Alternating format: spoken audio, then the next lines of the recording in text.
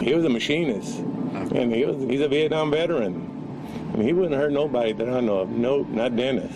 What we have here is paradoxical behavior.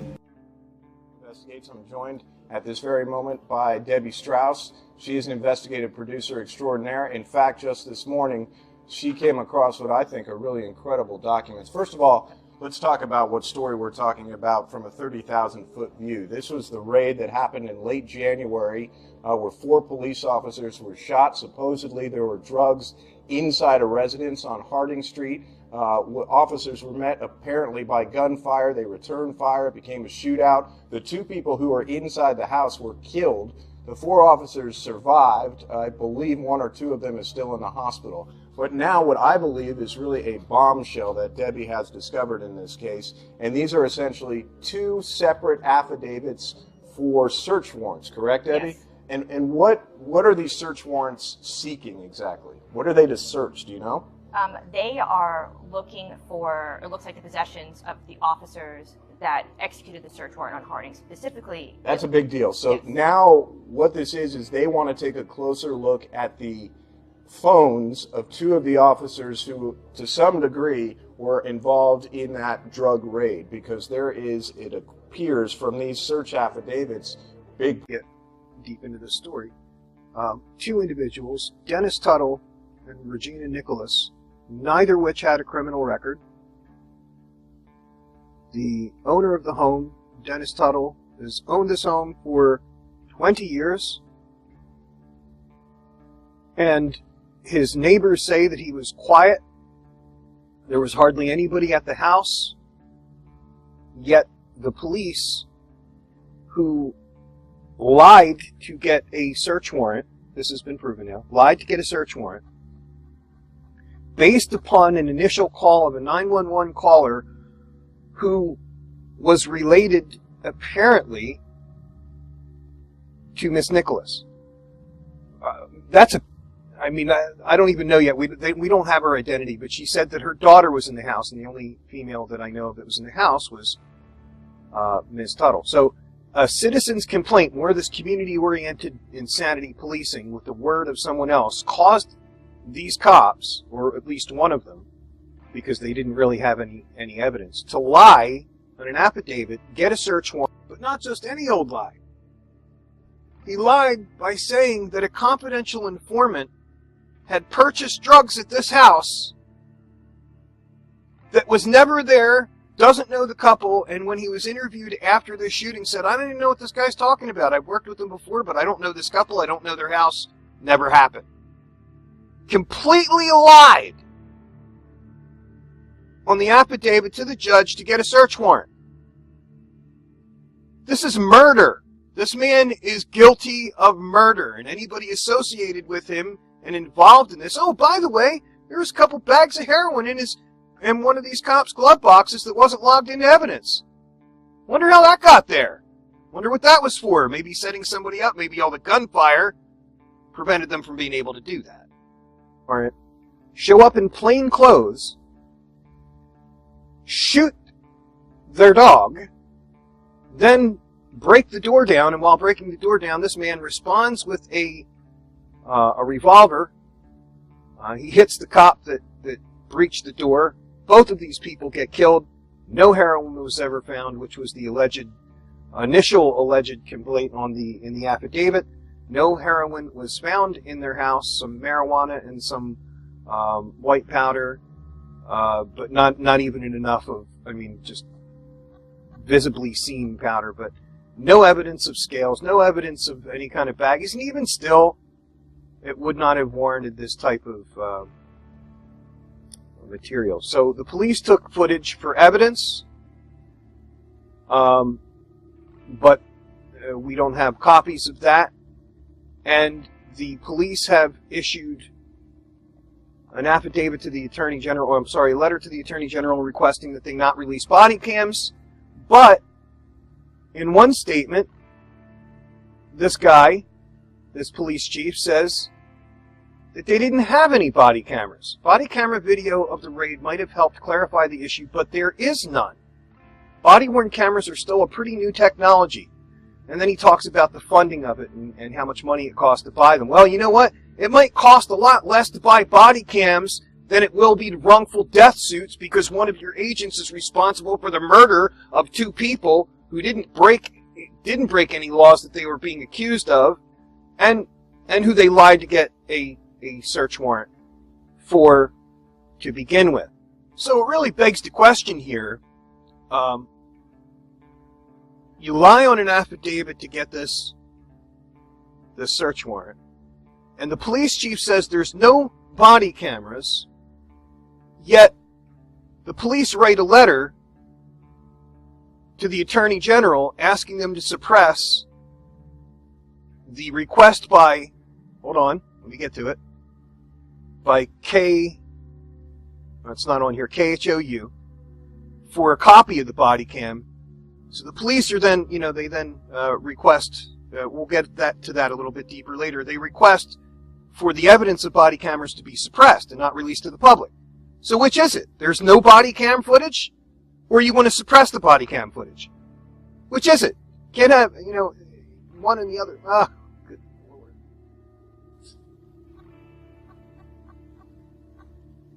So he made an argument also by saying that the illegal drug trade drives the violence in Houston. While people think drugs is a harmless crime, he said Monday the industry is not harmless, and a lot of these shootings we see in our city are drug rip-offs or people fighting over gang territory.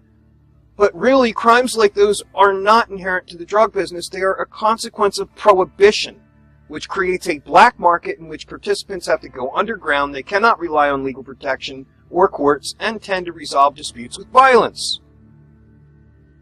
So he used this deadly raid, this scumbag used this deadly raid as a pretext to push gun control, and he goes to Washington not long after this incident happened in January.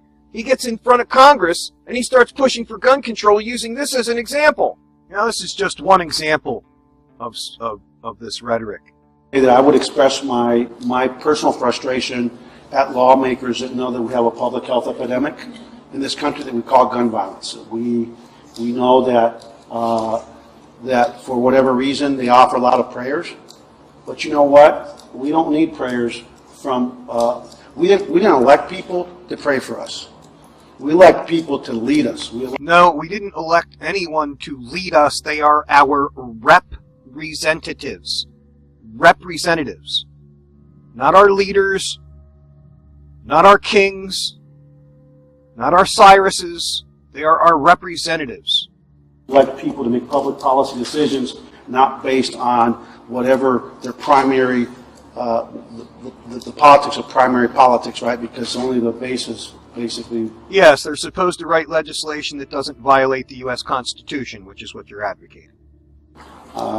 And sooner or later, we will reach a point in our country where we're going to say, we're not doing enough about gun violence. And so to the elect... We're not doing enough about gun violence. I would have to agree with you. I think all of your narcotics officers should be disarmed. Probably along with half of your police department, because it looks like you have a serious corruption problem. Just saying. Moving on. Who do you think needs to be disarmed? Him or his narc agents who lie to commit murder? And this guy is investigating himself. Anyway, let's get into the story. Jeremy. Well, Reka and Ron, from the very beginning, that veteran narcotics officer claimed it was, in fact, a drug house full of heroin that they raided, but no heroin was ever found. And now, from these court documents, we know why. Well, first of all, when you lie on an affidavit, that's not sloppy. That's a crime. This is the season for action, not a season for prayers, talk, and inaction, which is what we've been witnessing. Yeah, he wants gun reform. That's what he wants, more gun control. People that say it's not the right time for this conversation, are you kidding me? How many times do we have to see the faces of lives that are stolen? Like the ones killed by your officers? Futures that are denied. Like the ones denied by your officers. How many churches? A bombshell of an admission from Houston Police Chief Acevedo today that the case agent who led the drug raid at the Southeast Houston home last month is now under a criminal investigation. There's a difference between lying about who did the buy and not doing a buy at all. The case agent originally claimed an informant bought heroin from the home and observed large quantities of the drug inside, but new court documents indicate that never happened. Houston police interviewed all of the officers' confidential informants, and all denied making a buy from the home. If these allegations are true, it is certainly concerning and disturbing, but I would certainly want the public to know that this does not reflect the hard work of the brave men and women of the Houston Police Department. So how about we fact check this claim that this doesn't reflect the what Houston Police Department, which is ADL and Israeli trained, by the way. More than 100 officers in the Houston and San Antonio areas have been trained so far in 2018. The National Counterterrorism Seminar in Israel to learn best practices and strategies in fighting terror from senior commanders in the Israel National Police, experts from Israeli Intelligence Security Service and the IDF. And, you know, that kind of training also, if you look very carefully here, you'll see is far more than just terrorism training. It is tactical response and urban-based policing and intelligence, and IDF is a military outfit, not a law enforcement outfit. Why would law enforcement be training with military in urban-based policing and intelligence? All right, so moving on to Houston police arrested in a gambling ring. Houston police officers. April 2018, former Houston police officer sentenced in murder for hire case.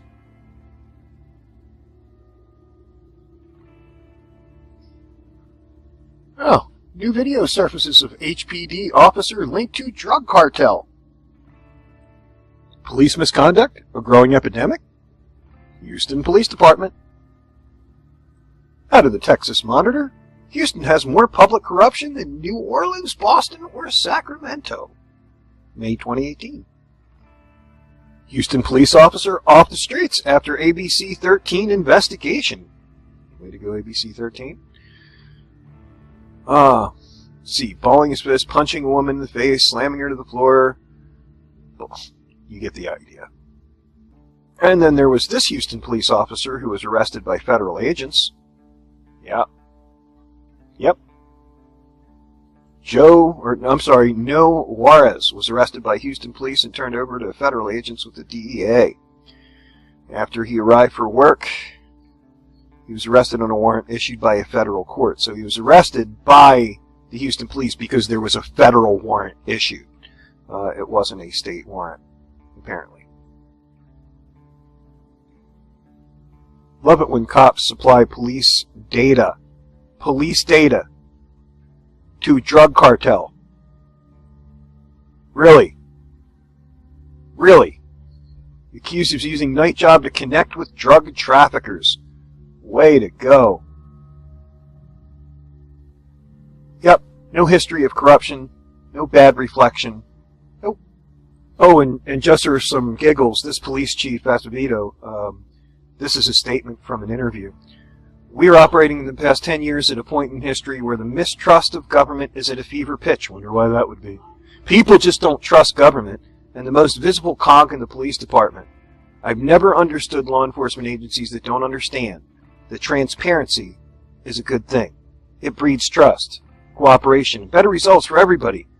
So in Austin and here, my philosophy is different than the last administration's philosophy on transparency. Keep in mind, this is the same police chief from the same department that wrote that letter to the Attorney General that we're going to cover, asking them not to release the body cam footage to the public regarding this shooting that I'm covering right now. Yeah, that's transparent. This guy's just full of it. Another interesting tidbit is that he was born in Cuba, where his father was a police officer in communist Cuba. Moving on. More scandal. Houston police shoot and kill unarmed man. It doesn't make a difference to me what color he is. Outrage after Houston police shoot and kill unarmed man. Yeah, there was a lot of outrage over that one, yeah. This should be one of the many obvious responses to this problem with rising police violence and kick-in, knockdown raids that we see, like military style. This couple that was killed in this case, there was absolutely no reason for that type of raid to occur. None whatsoever. Without a valid search warrant, police may not have had the legal authority to enter the home in the first place. After they did, and after a shootout, 5 officers were hospitalized, and homeowners Regina Nicholas and Dennis Tuttle were killed. I feel really badly for the Tuttle family. Whole thing, misunderstanding.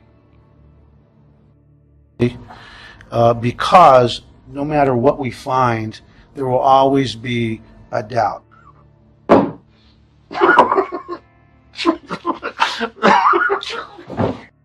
Happy now, asswipe? Now, despite the untruthful search warrant, both HPD and the Houston Police Officers Union maintain that the home was not targeted at random, that they were investigating an earlier 911 call about suspicious drug activity inside. But hold on, let's fact check this for a moment here. Because what you'll see is that the phone call came from an anonymous woman. This is the justification. From an anonymous woman who claimed to be standing outside the house and looking through a window. This is a woman who has called and who is she's admitting that she's committing a crime as she's making this call. And that's what led them to feel that there was at least some sort of justification for the investigation. And, you know, that may be, but it certainly does not warrant the military-style plainclothes raid. Meantime, the Harris County District Attorney's Office pledges to present all evidence before a grand jury. That is, as the HPD attempts to withhold the body cam footage and more evidence from the public. This is a copy of that letter from the City of Houston Police Department to the Texas Attorney General, asking them to suppress, not to release, the body cam footage. Release of information recorded by body-worn camera. And as you see, they up here, they received a Public Information Act request, and they're asking the Attorney General to not allow it. They're basing this on an open investigation. It could affect the investigation. How the body cam footage of that night can sway the investigation in either or any way other than to just shed light on what happened this is just one of their many tactics that they use to try and suppress information from the public, especially when they're caught blatantly in criminal activity. And this was filed by staff attorney for the HPT, the Houston Police Department, Christy Lewis. Reka? Yep, they're looking at their phones. They're looking for SMS, text messages, photographs, video, any type of data collected from emails, phone numbers, voicemails, social media. And the reason they're doing all this is because the story seems to be falling apart. What we were all initially told, that there was an informant apparently who had made a buy at 7815 Harding Street where the raid later took place, and that a police officer supposedly witnessed that buy. That story is really crumbling because apparently other police officers, I think possibly internal affairs, but other police investigators talked to the informant who was supposedly involved in that buy, and that person said, I wasn't there. I had nothing to do with it. Yep, that's all in this these 2 search warrants. Yeah. So they went to go talk to informant number 1, right, and they were like, according to the search warrant, didn't have informant number 1 says, hey, I've worked with this certain officer before, but I had nothing to do with that case on Harding Street. Mm-hmm. Absolutely. And then they go back to the officer, an officer who is in the hospital and I believe has his jaw partially wired shut, and they say, hey, there is a problem with your confidential informant, not verifying the story that you told us, not verifying the story that was on a legal affidavit, basically what you swore to a judge that gave us the evidence that allowed you to conduct that warrant, conduct that raid. So the underlying evidence is now essentially vaporizing. But then, apparently, this is all according to the paperwork, the documents, the affidavit for the search warrant now of these two officers' phones. The officer says, oh, it's actually this confidential informant, a second one, right? Yes, they asked, he gave up a name for a confidential informant number 2. Right. And what happened? So first of all, you're like, okay, so it wasn't the first person you said, it's now the second informant. Already the story's starting to unravel a little bit, but they go to this second informant, and the second informant, I believe, did do a buy on behalf of this officer, but not at that location, right? Yep, it said, according to confidential informant number 2, the officer had him or her do a buy at a house on... Yeah, on Napoleon Street. Yeah. And that... A location that is 5 miles from the house, located on Harding, 5 miles away. Why? The question is why? Okay, so you have a second confidential informant who now does a heroin purchase at another house 5 miles away, and it appears the heroin that was made in that purchase was found inside of that officer's city-issued vehicle in the console, 2 bags of heroin. So that was unlogged evidence. So why? Why did the officer need 2 bags of heroin in his vehicle as he's conducting a raid on the Harding Street house? A raid that now, where all of the evidence is suddenly crumbling and you don't have a confidential informant that ever did any sort of buy at that location. My question, Debbie, is why? Why any of it? Why do you need to raid?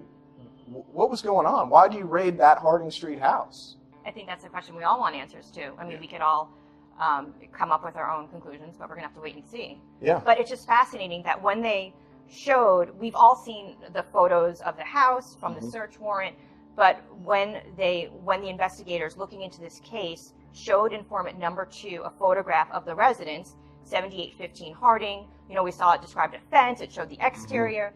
The informant said that he or she has never purchased heroin from that address. And then what about that next paragraph? To me is absolutely crazy. So then they say, all right, we want to look at all of your informants because your story is not adding up. This is talking to one of the officers, a senior officer, a guy who's been an officer for a long time. And people I talk to say he's the salt of the earth, a good guy. But nonetheless, his story at this point isn't adding up. So they say, hey, we want to take a look at all of your CIs, all your confidential informants. And incidentally, confidential informants, it's not just like, oh, I got a guy over here, I got a guy over there. They have to be logged within HPD's internal system. So they kind of check them out. Is this guy good for this or that? So these are people that there is paperwork on them. So they want to look at everyone.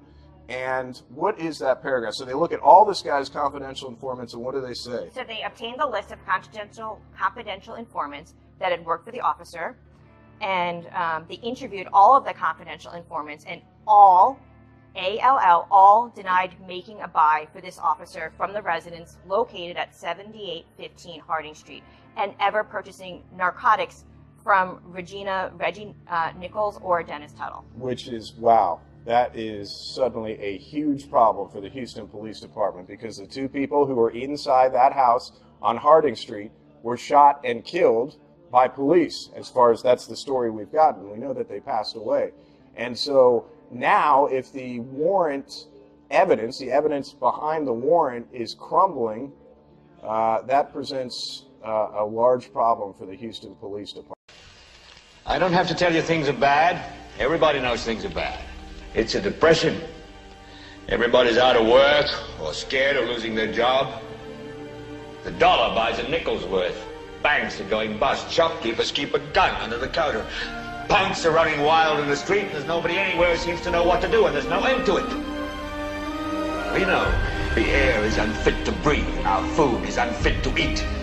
We sit watching our TVs while some local newscaster tells us that today we had 15 homicides and 63 violent crimes, as if that's the way it's supposed to be. We know things are bad, worse than bad. They're crazy. It's like everything everywhere is going crazy, so we don't go out anymore. We sit in the house, and slowly the world we're living in is getting smaller, and all we say is, please, at least leave us alone in our living rooms. Let me have my toaster and my TV and my steel-belted radios, and I won't say anything. Just leave us alone. Well, I'm not going to leave you alone. I want you to get mad.